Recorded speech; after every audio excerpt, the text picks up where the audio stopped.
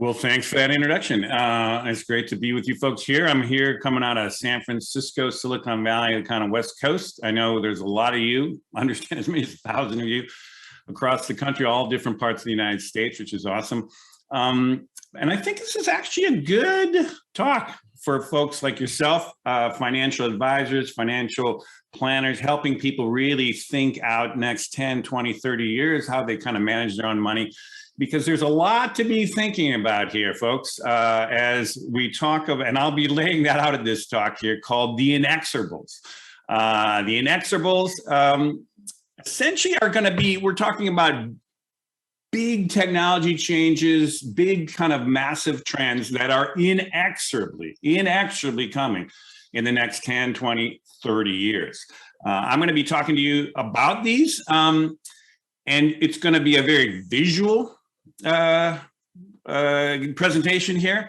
So for those of you that keep your eyes on the screen, we're going to go through a lot of information, a lot of infographics, a lot of dramatic images.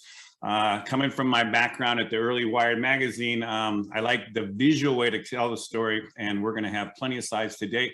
And so let's jump into it, actually. Now I mentioned, right now there's been the last few years, if not the last part of the last decade here, there's been a real sense of kind of a zeitgeist of, I would say, despair and fear of the future.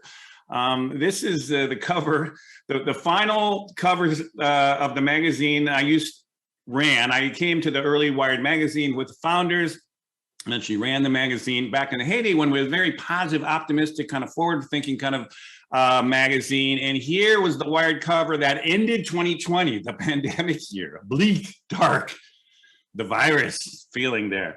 And I think largely it's a reflection of the culture. We've actually been wrestling with a global pandemic and economic collapse, political polarization, climate change looming. People are distraught about inequalities and racial inequities and all kinds of stuff. It seems like we're at the very dark and bleak times.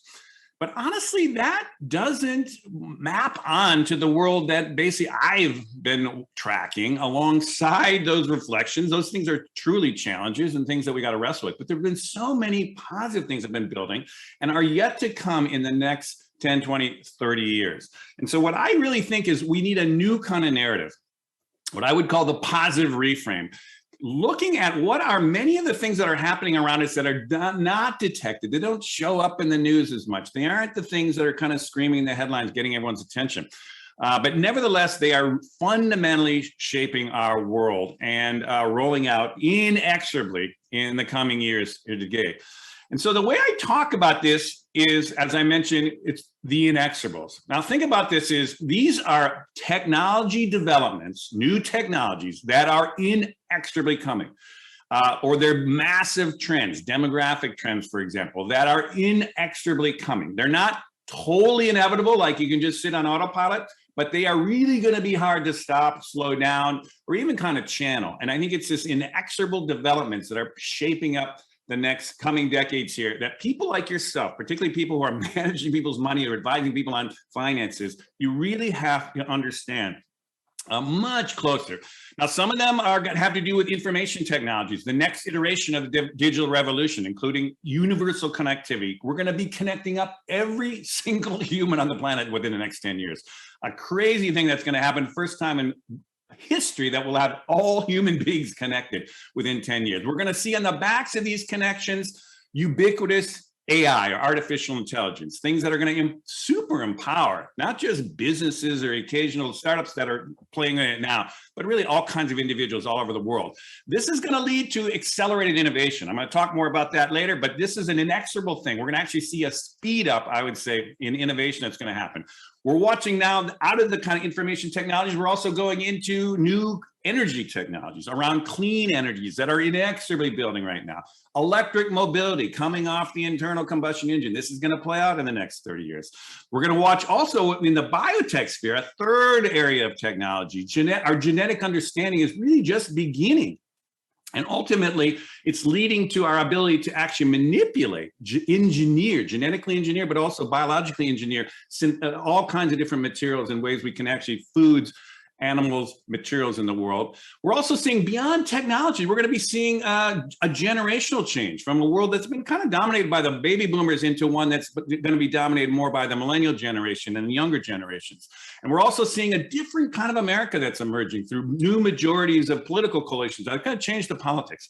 I'm going to touch on these. I'm going to touch on some at a global level. I'm going to lay out, which is going to be close to 15 of these things, and really give you a sense of the changes that are going to come in the next 30 years. This is, again, your lifetimes, your kids' lifetime. This is now, and it's actually going to affect your clients. So we're going to pay attention there. So many changes. I call it the transformation. It's going to be societal, cultural, economic, many things to come.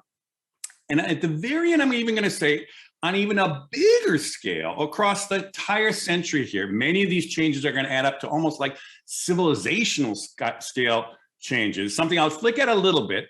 But it's worth kind of just ending the talk with some reflections on how this is much closer to what happened in the founding of this country, the Enlightenment times of the founding fathers and the founders of the country, rather than actually the last 40 years. That's, we'll save that for the end. So you think, okay, well, why would I listen to this guy? Who's he and what's going on here? Well, I mentioned I was at the very early Wired magazine, worked with the founders there, ran the magazine in its heyday, and actually started building what is my network of folks here and my understanding of technologies through Silicon Valley and the West Coast here.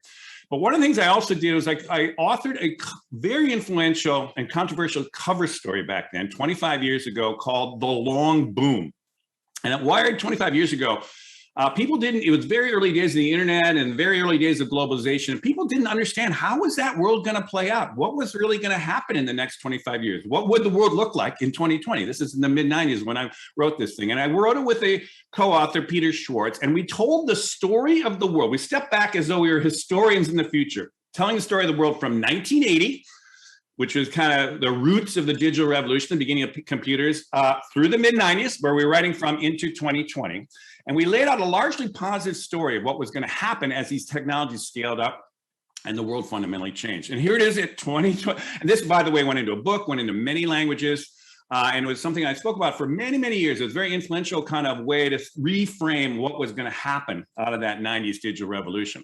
Now, how did we do? It's 2020. Well, basically, it largely played out pretty much what we basically said at the time. And I'm going to run you through these because there were inexorable trends, technologies at that time, and trends at that time that in fact did play out. And what I'm trying to show here is show the pattern of how it worked then, because I'm going to turn you then to the future of how it's going to play out in the next 25, the next 30 years here, which is the bulk of where the talk's going to go.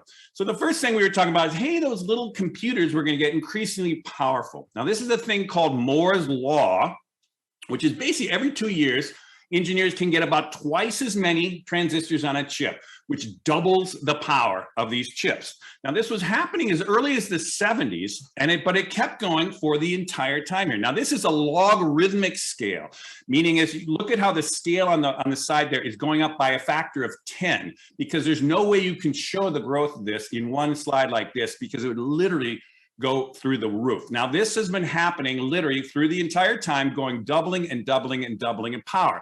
Just to kind of remind you what that is, the early days of doubling, those little lines are doubling.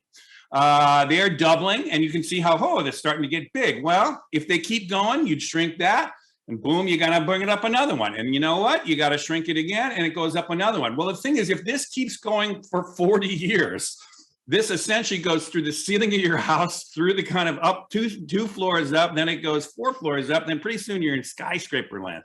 That's how this thing has gotten more powerful.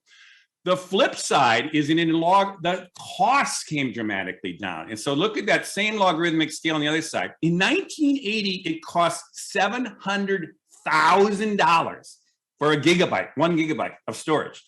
And today it's about a penny a gigabyte. Again, this thing went whoom down. Again, you got to start way up in the sky, in the skyscraper, and drop it down, how fast those costs came down. But it wasn't just that. People started coming onto the internet. Look at the growth of the internet. We went from, let me just go back to that a second. The growth of people on the internet. We literally, when we wrote this story, 25 million people were on the internet. That's about it. And now we got about 60% of the world is on the internet, well over 3 billion. Again, watch that tracking. Now, this is introducing a thing that, again, you're going to see coming now, which is what they basically call the technology adoption curve. Things start out slow in technology, where the kind of innovators in Silicon Valley and other places start playing with them. You get the early adopters, but then it starts taking off into an early majority. Eventually, everybody comes around, and often in the end, the laggards even come around. In other words, you can't get a black and white TV now. You can only get color. Like, this happens with every technology. The key thing is, where does it tip? This is really essentially what my business has been for many years. And it's the key thing also for financial folks to be thinking about. When is it the takeoff? And I'm just saying, and so in the past, we saw all kinds of these takeoffs, because it wasn't just the technology taking off, it was the companies around these technologies. This is essentially the market cap of Apple Computer. When we wrote this story, Apple was begged Steve Jobs to come back because they were to be CEO again, because they were 3 months away from going bankrupt. And then look at what happened with his vision. Eventually, with the mobile internet there and the iPhone kind of just starting in 2007, boom, they shot up to the most valuable company in the world, the first $1 trillion company. See that hockey stick going up. Wasn't just Apple. By 2020, the 5 most valuable companies in the world were all technology companies, all American, all West Coast, mostly Silicon Valley, or it's either Silicon Valley or Seattle. The dominating all other companies on the planet. And of course, as you well know, it hasn't just stopped in 2020.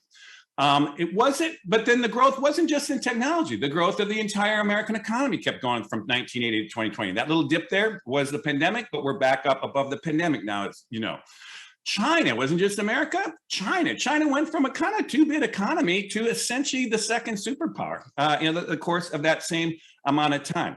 And it wasn't just China, it was the entire global growth, just kept going up and up. Again, that little dip is just the pandemic, but it's continuing all around the world, this growth. And for you folks, this is the stock market. Think about this. When that piece was published, the Dow was at 5,000, and we were projecting that, in fact, the stock market was going to get up as high as into the 30,000 kind of range. We were mocked at the time, thinking this is crazy. And of course, we know by 2020, we hit 30,000. And again, the dip there, but it's going again. So anyhow, we did pretty well on that in the past. But now what I want to do now is turn to the future, because these same inexorable developments are happening with a different set of technologies, a different set of trends, ones that you can actually start to track now. There is essentially a technology transition happening right now. I'm going to give you the early signs of it. And if you're smart, you're going to keep track of this over time. So I mentioned those early, the inexorables that are technology development. I'm going to go one by one through these in a quick way. We don't have enough time. I'd rather touch on each of these and give you a little bit of a thought rather than going too deep in any one direction. So the first one is universal connectivity. Literally, like I say, there was just a handful of Americans on the internet in the late 90s. By 2000, that was 20 years ago, right? And it looks almost certain we will basically have every single person on the planet probably connected in the next 10 years, in 30 years here. And that's partly because we are now going to a next generation of space kind of connected satellites. This is Elon Musk has a version of this, all kinds of different initiatives now to essentially every part of the world to be able to get high bandwidth 2 connections, 5G-ish kind of connections by the end of this decade. Now, this is a big deal because, like I say, we've already connected up. This is all the connected users now as of now, and these are in billions, by the way, including in Asia, where it's China and India right there. But here's the thing, we still have all these people to go. These are people that still don't have any internet connection. And so, but think about this, we're gonna add another 3 billion people onto the internet in the next 10 years. Think of the markets, think of the expansion, think of all these internet companies that could reach now 3 billion more companies, more consumers. This is a huge deal. It's inexorable, inevitable. It's happening, just count on it. Now, on the backs of that kind of internet connections, you're gonna actually see accessible, cheap, ubiquitous AI, artificial intelligence. We've seen the early days here of how artificial intelligence up to now, how amazing it is we still don't even think about like how you can put it to Google, ask anything, and with instantaneously it comes back. That's all AI, right? Early form AI. But AI is going to get more and more and more and more sophisticated, and it's going to empower everybody, individuals, even those people connected in the middle of the kind of Sahara Desert are going to be able to use this kind of stuff. And so this is a kind of inexorable thing happening. Right now, you can see, again, the beginning of the hockey stick for corporations who have the money to sink into this. That's been going up and up. But now the flip side of this is this accelerated innovation piece. And one of the reasons I want to say this is many of the things that AI is going to help us do is get much more innovative and much quicker. We'll be able to see things. AI can do things that we can't do. It can sort through vast amounts of data instantaneously. It can see patterns that humans can't even see. And now they're never going to get smart enough, or certainly in this century, smart enough to actually compete with us, let alone overlords us like sci-fi talks about. That's just really not within reach. All the people I talk about. But that said, it'll give us kind of superpowers. It'll extend and augment our ability to do many things. One of the things it's going to be able to do is simultaneous language translation. Already we're on the verge of essentially computers able to translate in real time as fast between languages as in fact human translators can do. And this is a very big deal, and particularly for innovation. So if you take right now, the amount of people in the world who speak English as a native language, it's about 375 million people, including Americans. The problem is the world is filled with people who don't natively speak English. I mean, how many of you speak Chinese or Arabic or Hindi? Not many, right? They all have to learn the global language of English to really talk about and innovate in a business sense globally. But once you get this computers doing this in real time, in an earbud, you're walking down the street in China, you're hearing everything. You understand the nuances. You'll read everything in those texts, just like you can read English. This is a thing that's happening. We're very close. It's definitely going to happen this decade. And once we do that, the cross connections, the cross fertilization, the access of different minds into the kind of mix of global innovation is going to explode. It's going to radically accelerate innovation in many ways, in very positive ways, because we need a lot of innovation going on. That's information technologies. We're now going to turn to another total category of new technologies called energy technologies, and particularly clean energy technologies. Now, this is replicating in rapid fashion exactly what we saw, the patterns, what we saw in the digital revolution ramping up in the 90s. So, for example, take solar cells. Solar cells have essentially watched the same kind of cost curve. It used to be $70 per watt back in the early 80s on a crude solar cell.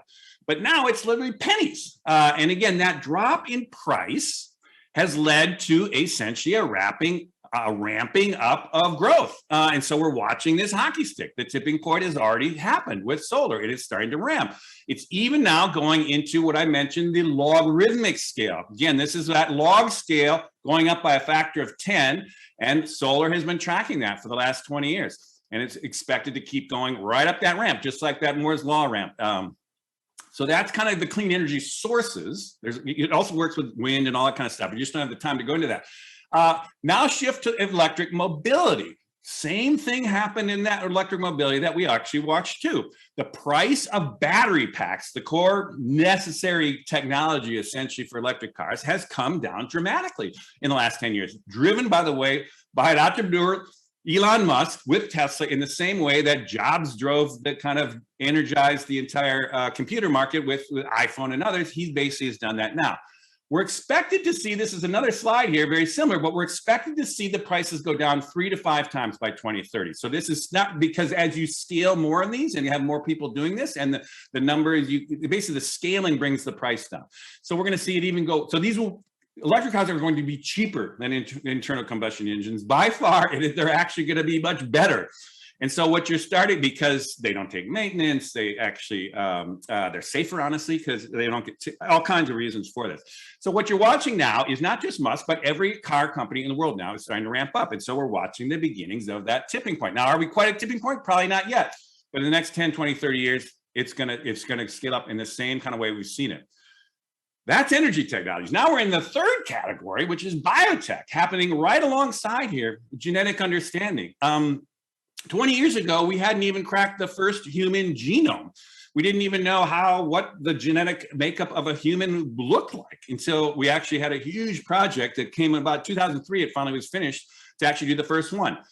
Now, with the pandemic, we were basically able to kind of map the genetic understanding of the virus as it was mutating. Every day we can we basically track these things, and it was absolutely instrumental in developing the mRNA vaccines and helping us actually get a vaccine out within less than a year. It's a phenomenal thing compared to the past. Now, What's behind this whole thing? Well, I mentioned it was $2 billion to get the first one. Well, on that same last 20 years, again, on a logarithmic chart, we've watched the cost of essentially decoding a human genome is down to less than $1,000.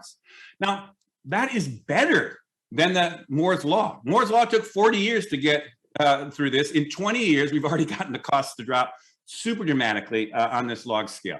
Again, making it so cheap that within 10 years, everybody will have these things for like, $100, $50. You'll be able to have your whole genome basically translated, just boom. Huge impact on human health.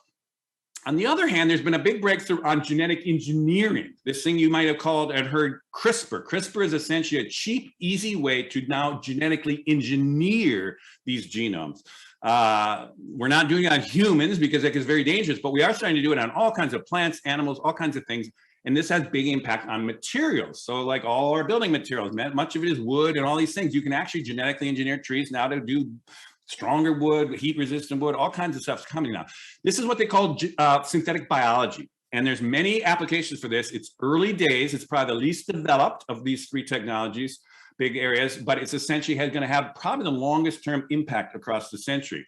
Now, one good example of this is meat. We've heard all about, there's been a lot of big push on on plant-based meat. Now, meat itself, particularly raising beef, is very hard on the environment. It's extremely difficult. It puts on global warming, actually, but also it takes a lot of water, land, all kinds of things actually to come up with a pound of beef. So you're watching plant-based alternatives. This is a chart here charting out how probably the plant-based meat, like Impossible Burgers and all, are going to play out in the next 20 years, 15 years, no, 25 years here. There's also a new category called cultured meat. This is cell-based meat, meaning you take a cell from a cow or a pig or a fish, for that matter, without even killing the animal, you take the cell and then you essentially put it in a vat, and then you give it the raw materials, amino acids and all kinds of things you need, sugars and things, that essentially the animal would have actually taken in through food and grass and water. And instead of the animal creating and building that cell out to create a steak, essentially, you can do it in the vats. It's dramatically much cheaper, much more efficient, very little waste, no global warming output. And anyhow, this is a doable thing. It's happening. Now the market is very early now, but over the course by 2040, this is a A.T. Kearney analysis basically looking at, you might have as much as 35% of the world's meat by 2040 in this cultured phase. Now, again, some of these projections are hard to hit, but basically in terms of exactly, but inexorably, we're watching a shift into this next generation of essentially engineered food, biologically engineered food. Now, what I'm basically telling you folks, you're all money people basically, is like, we're going into not just a long boom that I had explained off the digital revolution of the last 25 years off the mid-90s. We're going into a triple whammy technology boom. We got a boom on the next generation, the next iteration of information technologies, computers and AI. We're going to have a boom off this scaling, incredible scaling up of all the different clean energies that are going to supersede carbon energies. But again, think about the business opportunity there and the amount of growth that's going to happen there. And the third one is essentially this whole world of synthetic biology and genetic engineering. That is, all these are creating new industries, new companies. These are companies that are just starting to scale, like the early Apples and the early Amazons. And ultimately, that's going to play out over the next 30 years. Now, there's not just, we're shifting here from the technology piece of it, there's two other ones I want to talk about. It's not everything is inexorable as just about the technologies. There's some actual huge trends that are going to make a big difference. One I want to talk about is generational shift. We're going to be seeing a huge generational shift going on that's going to shape the society and the politics and the culture.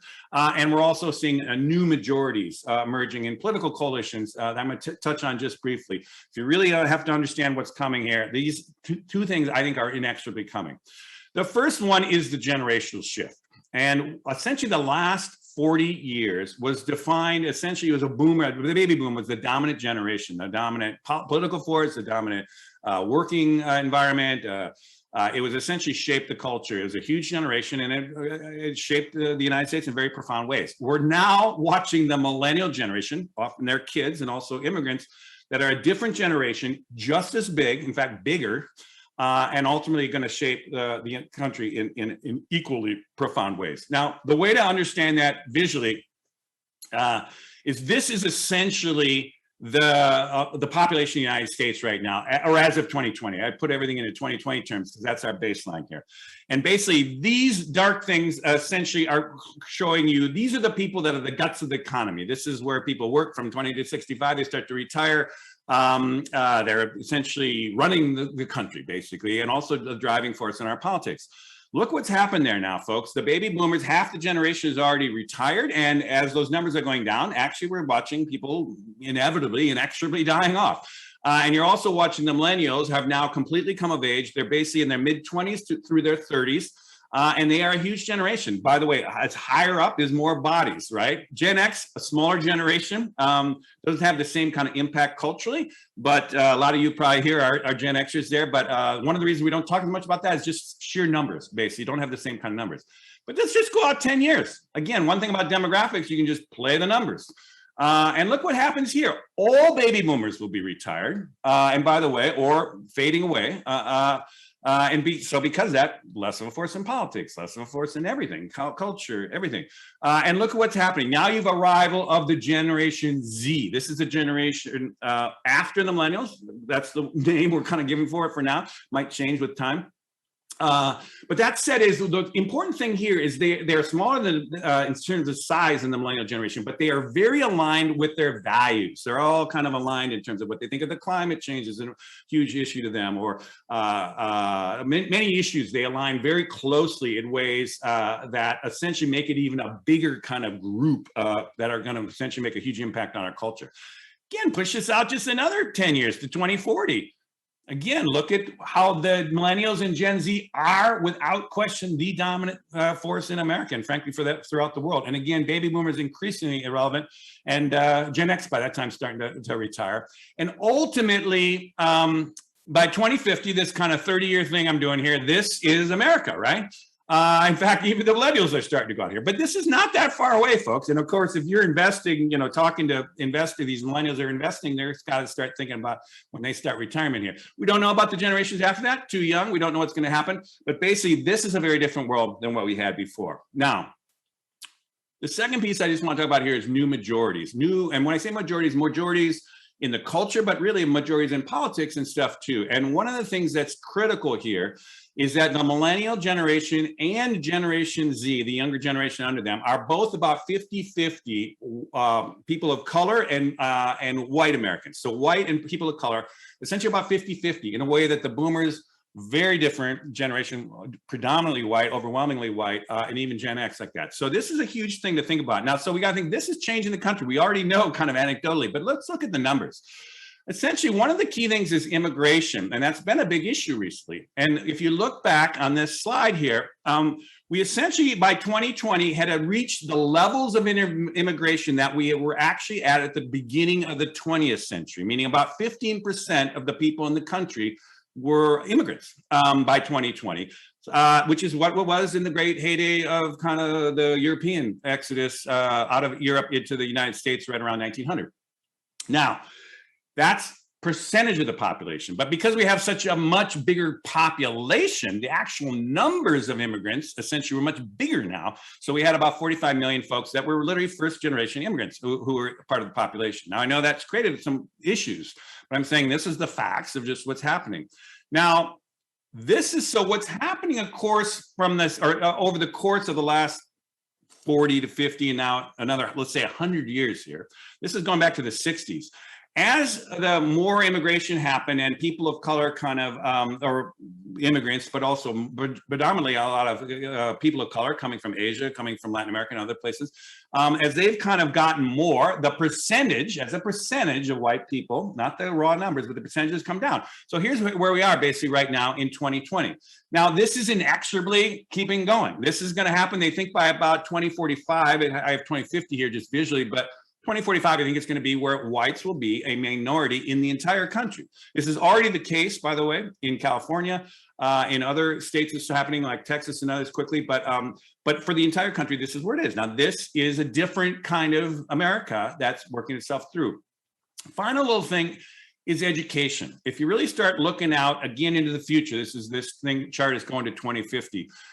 What's inexorably happening is Americans are getting more educated. And this is happening also in Europe and all over the place. But essentially, you can see there where 2020, the only area that's really growing essentially in educational level is post-secondary, meaning anything in college. 60% of all Americans now have some education after high school. And many, of course, there's about over a third now have full 4-year college degrees. And of course, you got post-secondary after that too. But anyhow, we're watching inexorably this growing. There'll be more numbers, so that the secondary, at least high school education, will grow a little bit, but really where the growth is, it's going to be a different kind of highly educated society that we're basically going into in the next 30 years. So this actually has, implications on our society. And I'm not going to go kind of partisan here or get into it. I know there's a lot of issues, but no matter what your own politics are, what you want to happen, I think it's just worth understanding how this could well play out in society.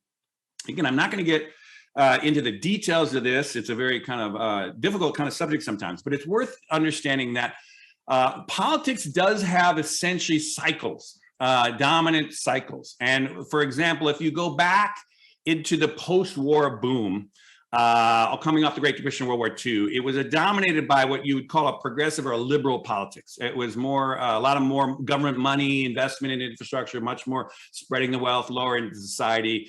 There was a kind of a whole, everything from FDR to LBJ. There was a kind of era there of how do we run our society. The last 40 years, for sure, you'd have to term as a conservative era. Honestly, from the beginning of Ronald Reagan to the last term here of Trump, is like there was essentially a conservative overlay to American politics. Even Democrats or other people working within that were essentially within a more pro-business, conservative kind of framework of what's going on. And again, without just opening your thoughts to this, is that there's probably going to be a shift coming up, particularly around those demographics I mentioned to you that are inexorably happening, that you should just, if you're business people or you're thinking about how the world's going to be, just be thinking about this. Stay open to it, despite how you think or what you want. This is something to be thinking about. I think this is probably going to happen, and I think you're already starting to see the beginnings of it, but it's something that's going to be more pronounced, I think, in coming decades. This is what I mean by we're essentially heading into the transformation. Our society, our culture, our economics, and our politics, I think, are going to change quite distinctly from what we've been used to for the last 40 years. And so again, if you're thinking about investing and thinking about how to think about those years, be open to some kind of structural changes. I want to now just shift quickly here to the global piece of this, because we're living in a very interconnected world. Alongside that digital revolution, we had an inexorable, essentially, force of globalization, stitching the world together. And this wasn't just around technology, although it was, the internet was connecting us. Here's a good example of how people, look at 1980, there's just about 250,000 Westerners were able to travel around the world. I was one of them, a kid, in college kind of guy. But now everybody from all regions are essentially traveling. We just right before the pandemic, 1.5 billion people had gone to another country, basically around the world. This is just, so we're knitting the world together in all kinds of different ways. Now, because of that, these global issues, there's some global inexorables. One is climate change, which we're going to talk on briefly. One is there's a lot more capital moving around, and this pertains to you folks. One is China is now a superpower. That's going to play out.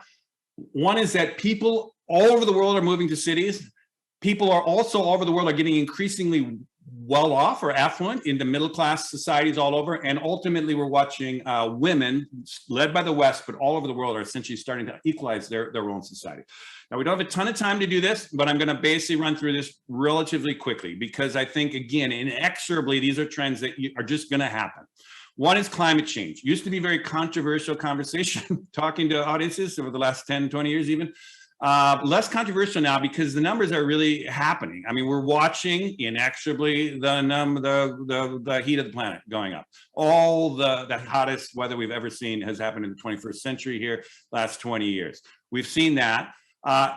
It's because this is the last 2,000 years, we've put way more CO2, carbon dioxide, into the planet that traps the heat, that raises the temperature, that starts to melt the ice and all the stuff that we're seeing.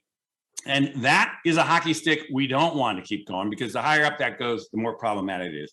So what's happening inexorably, you're watching the efforts happening, is everyone's trying to, or many people are trying to figure out, how do we drive the carbon down? And these are various scenarios of how we have to get the carbon out of the atmosphere, either by moving to cleaner technologies, but also sucking it out of the air through kind of more plants absorb CO2, and all kinds of efforts. But anyhow, inexorably, this is going to be more central to what's happening here, and get your head wrapped around that. Don't have enough time to go into that, but I'll throw this out. Burgeoning capital. You guys are money people. I put this in here. It's a green, but it's digital. We're going to see some kinds of cryptocurrencies. It's not clear how this is going to work out, but it is probable in the next 30 years, we're going to watch essentially a digital currencies, cryptocurrencies, really transforming finance in very fundamental ways. Don't have the time to really go in that, but that's all related to blockchain, all kinds of things that you should start to wrap your head on. It's a serious thing. But I want to point this out to you. A lot of people say, well, gosh, do we have the money to kind of change the world that dramatically, let's say around climate change? In fact, we do. This is a good example of, this is all the money currently in today's just stock exchanges. There's 90 trillion, that's with a T, $90 trillion out there. Each of those squares, by the way, is $100 billion. There's the New York Stock Exchange and NASDAQ, but all over the world, there's all kinds of money sloshing around. My understanding is we need about 4 trillion with a T every year shifted to cleaner technologies, all the kind of efforts on climate change.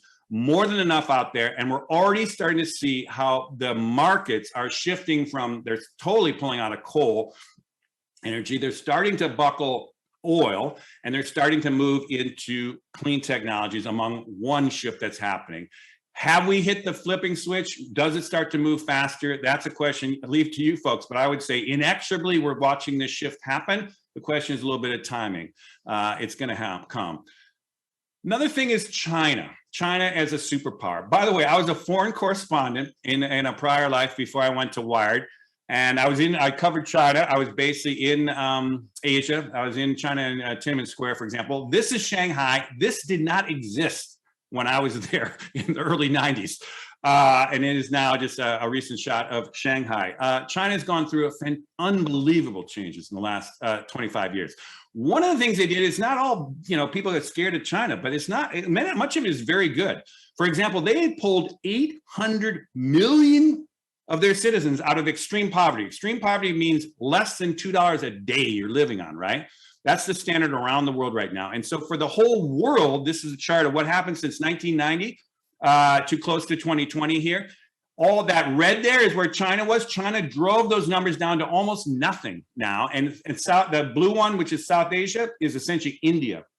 We've seen dramatic improvement. This is good for humans. This is good for the climate and all kinds of reasons. There's still more to go, but basically that's a crazy, interesting thing.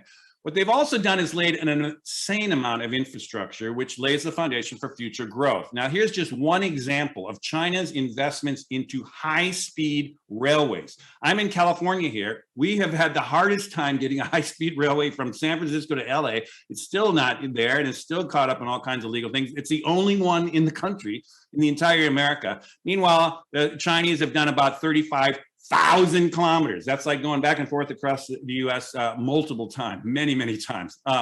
Anyhow, they're going to be a player for the long haul here. Another thing to think about is total urbanization. Every one of those dots there is cities. That is happening in the world in a dramatic way. We are moving from everywhere on the planet. People are moving from rural areas to urban areas, including America. But here's a good example.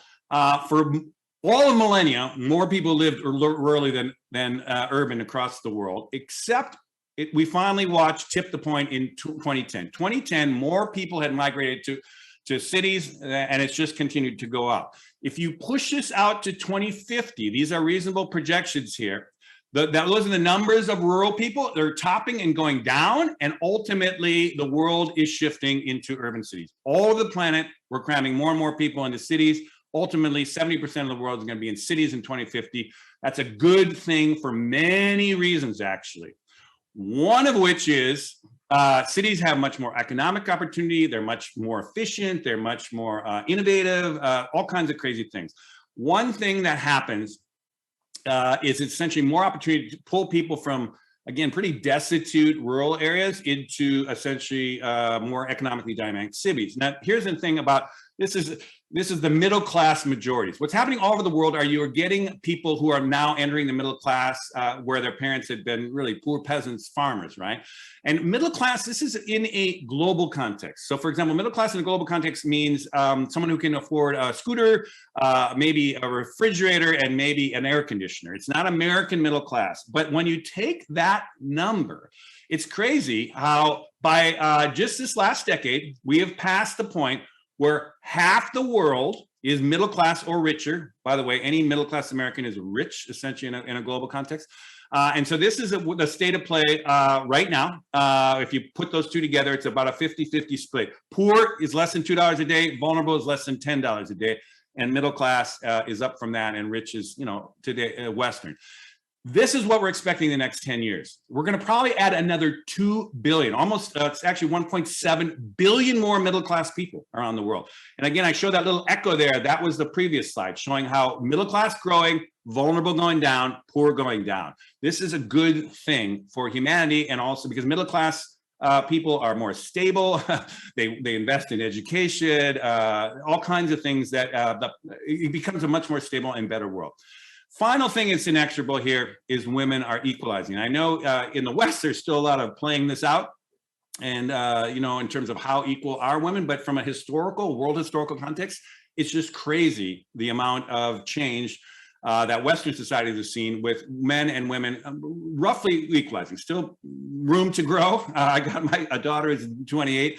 And she keeps reminding me it's true. But on the other hand, from a historical thing, it's just remarkable.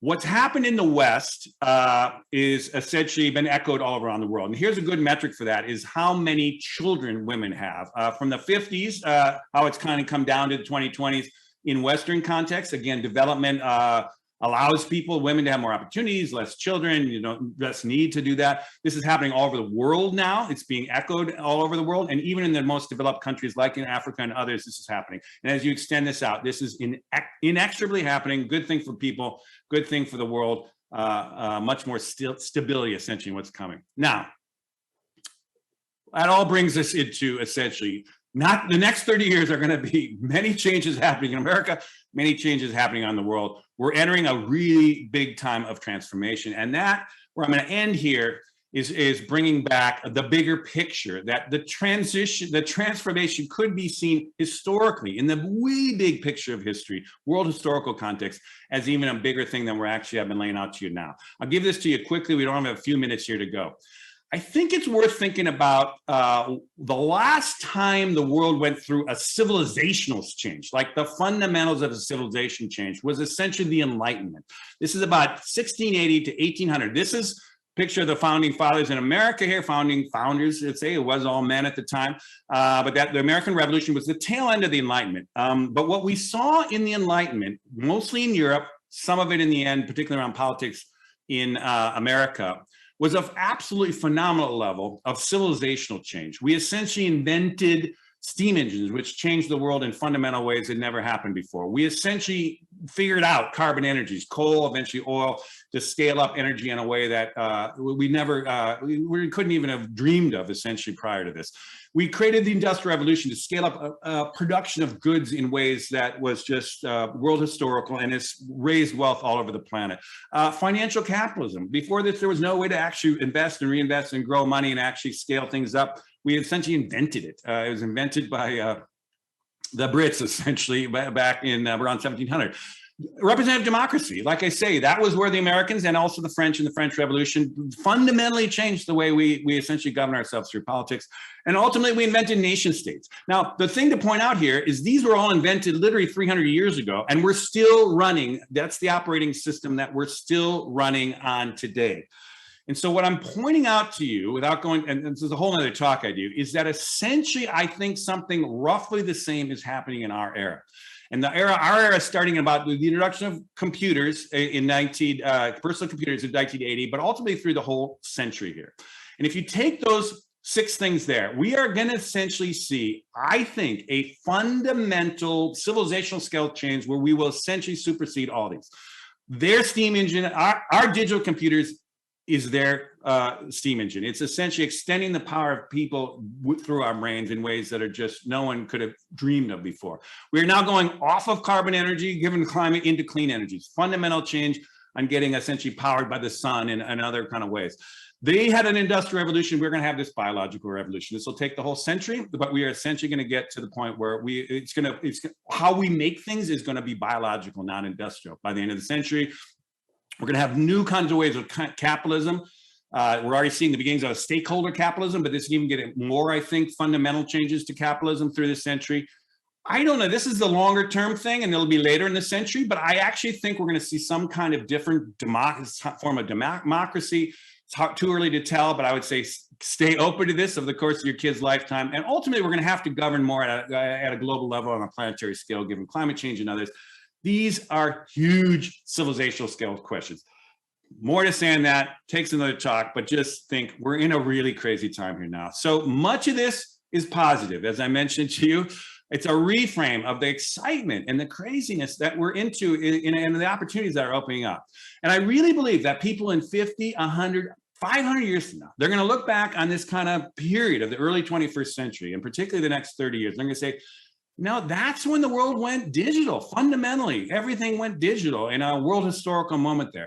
That's when the world went global, when we had to interconnect the world and work on a planetary scale for the first time in history. And that's when the world went sustainable, dealing with climate change, but also moving into a world that actually works better for all people over the long haul. That's the world. They'll say that was the world of the transformation. What an amazing time to have been alive. With that, I'm going to say, good luck on this journey, folks, and stay connected through it. And here is the way to stay connected with me. Thank you, and let's take a few questions, honestly, if we can. Perfect. Peter, that was fantastic. Such a fascinating presentation that you just walked us through. And this is where it's difficult to be in a virtual environment, because I know we would all love to be giving you a huge round of applause that you could hear. So know that that's coming from the hearts and the homes of all of our advisors who have tuned in today. Before we get started with questions, just wanted to give a couple of housekeeping notes. One is that we did show Peter's website, and we'll put that up again. In addition to that, my team will follow up with everyone too, to make sure that if you have a question that we don't get to today and you want to be able to interact directly with Peter, that you have a way to be able to do that. He's got a lot of great information that's on his website. In addition to that, there's ways to be able to connect personally. If you do have a question, use the raise your hand feature on Zoom. And we'll get to as many questions as we can over the next couple of minutes that we have together. I'm anticipating that we're going to have a lot of questions that are coming in. We may not be able to get all of them, but that will be a great way for us to be able to interface directly with Peter. We did have one that came in first, so I'm gonna flip this over. This came in over email, and this comes from Jack Weimer, who is in Oklahoma. And I'm sorry, Jack, I should have written you back to say I don't know exactly how to pronounce this, but the question is, about 30 years ago, futurist Peter, is it Citron, C-I-T-R-O-N, predicted that our 4 closest provinces in Canada would become American states by the year 2000. He predicted that with with technology, these places would be closer to most of the US than some of our states now known as flyover states.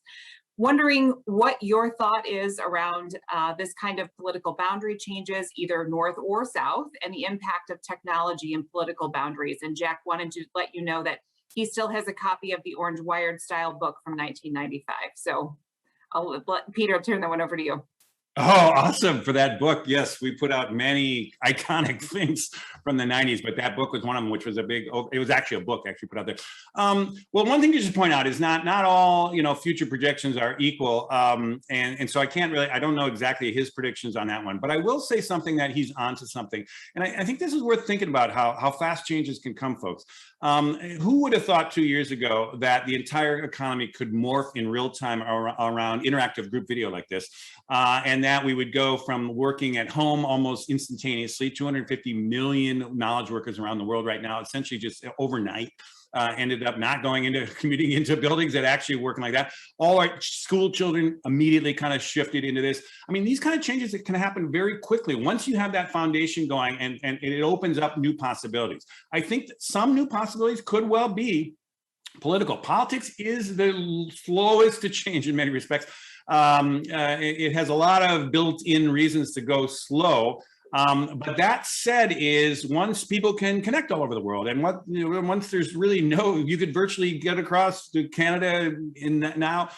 Doesn't really matter. I mean, the borders do start melding away in practical sense. And the more we do virtually, by the way, we're going to have virtual reality. We're going to have actually three-dimensional spaces. We're going to have all kinds of things that are going to essentially talk about the metaverse coming here over the backs of this high bandwidth internet.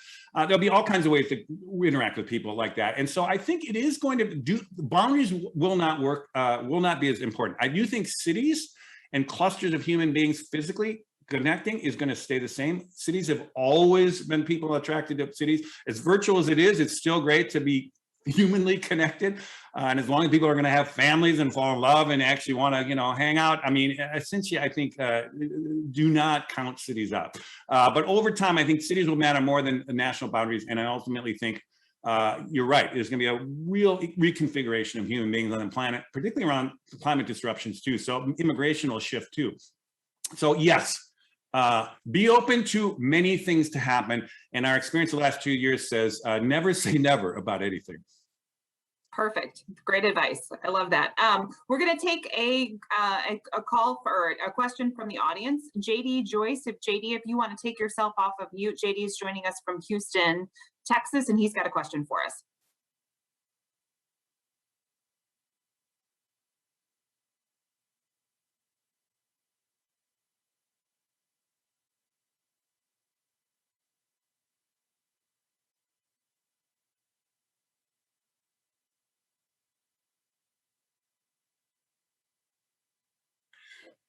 Yeah, I mean, anecdotally, I don't know how many of you have traveled abroad, but if you travel abroad, think of the key things that everybody who comes in from the countryside who's poor actually aspires to get quickly and wants is a scooter. They can move around fast, a refrigerator to keep food, an air conditioner if it's the global south, which is often the place.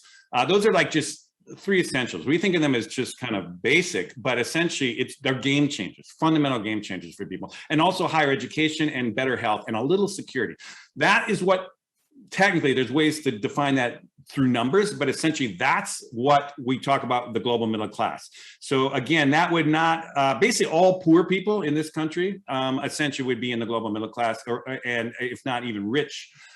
Rich are basically everything you see, what Americans are kind of used to, including poor Americans, I mean, so when we talk about that category, that's a rich category where everyone has a great house, house, has TV, has internet connections, as anyhow, air conditioning, all that kind of stuff, flush toilets and all kinds of stuff. I mean, that's essentially rich for some people. So it's that different category. The other two categories, as vulnerable, is about $10 a day. That's $10 in what you know of as $10. It's a standard they make across the world. What's the parity of $10? But just think about surviving on $10 a day. Now, it's just for one individual. So if you have a family, you'd need, let's say you had 4 people in your family, you'd get $40 a day. But still, that's a struggle.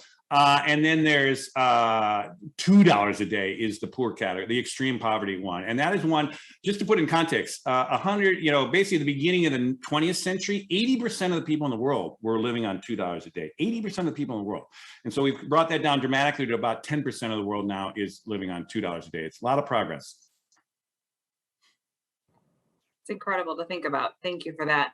We're going to go next to Gregory Rudd. Gregory, if you want to take yourself off of mute, we'll go ahead and take your question next.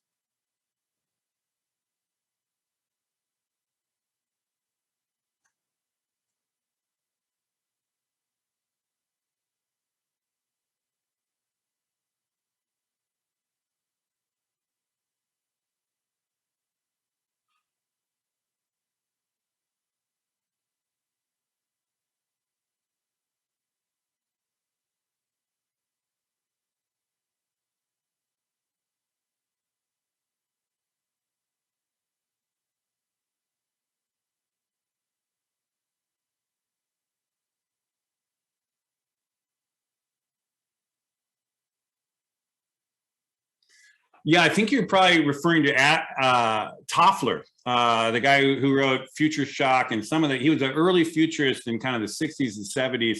was a groundbreaking kind of way of helping people think about the future. And one of them was the third wave. If I'm recalling, I think that's probably what you're referring to. Alvin Toffler, yeah. I guess think of touch as interactivity. I mean, Toffler was talking about a world that was TV. You know, we had 3 television channels. Everyone just sat there mutely listening to, you know, Walter Cronkite or whoever is talking to them. You could read a paper, but you couldn't say anything back to it and all kinds of stuff. When he meant touch, it was kind of his way of explaining that there will be a way that you will essentially be able to interact through these technologies. And in fact, that's the world we're into today. I mean, in spades, to the point where like everybody can talk to everybody and everyone's commenting on everything and everyone's passing around their own newspapers around and their new ideas on stuff. And even on something like this, this is the same kind of screens, but instead of it being television where me just talking and you all taking there, I'm talking to you in Houston or wherever you were. It's like, this is that high touch. We're touching, we're not literally physically touching, but our minds are touching, our personalities are touching. It's a human to human connection that is happening. Now, this is just going to get deeper and greater and more complex. As we essentially enrich, again, being called by the metaverse or other things where we'll have, you know, glasses like this that'll essentially allow us to kind of be in more virtual worlds, or a bunch of ways that I would be able to literally see you, and we could even probably shake hands virtually. We might not literally feel it in the same way, but it's that kind of thing. So I think, yes, we're on a scale of increasingly more personal touches, and that is our future. It's probably not, and it's not going back. Well, and specifically to the work that our financial advisors are doing with their clients, obviously that high touch experience is never going to be replaced by anything from a technology standpoint, but certainly works hand in hand. So great question. That's good. Okay, I think we're going to take our last one for Tay, just from a timing standpoint, from Joseph Zeri. So Joseph, if you want to take yourself off of mute, we'll go ahead and get your question in, and then we'll flip Peter's slide back up again to make sure that we've got ways to connect with him personally. We'll also send out some follow-up information. And so Joseph, go ahead.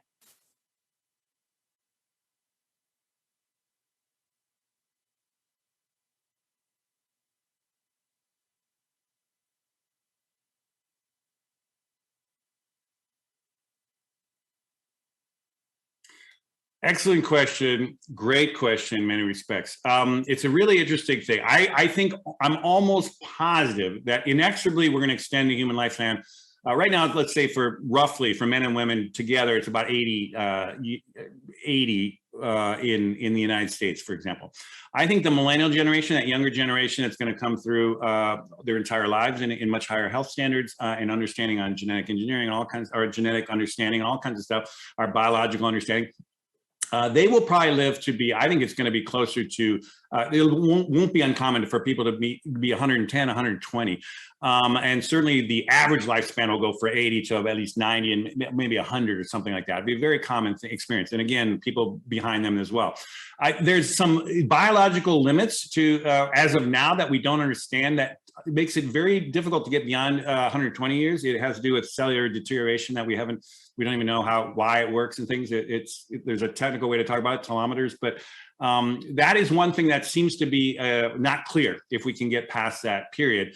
There is a bunch of folks who do think that we can get around that and that we could live even longer. And there's people that want to download their brains and live virtually a different way. I mean, there's a lot of crazy ideas, but I would say from my more straightforward way to think about that is almost inevitably, inexorably, the younger generations are going to live longer. I think a lot of us who have already been living for a long time on the kind of past technologies and kind of living a life that, you know, when I was a kid, if everyone was smoking, for example, I mean, until we figured out that it seemed like a bad idea. Anyhow, there's a crew that's just not going to be able to make it up. But I think the younger generations will, and we're going to, yes, we'll live much longer.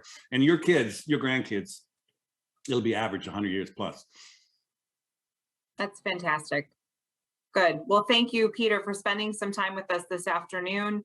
Wanted to thank our partners also at BNY Mellon for their sponsorship of today's participation. And so really, we had a great crowd today. I know we didn't get to all the questions that we had, but we'll make sure that we have a way to pass along the information of how to get in touch. But thanks again, Peter, for your insight and your perspective. It was a fascinating presentation today.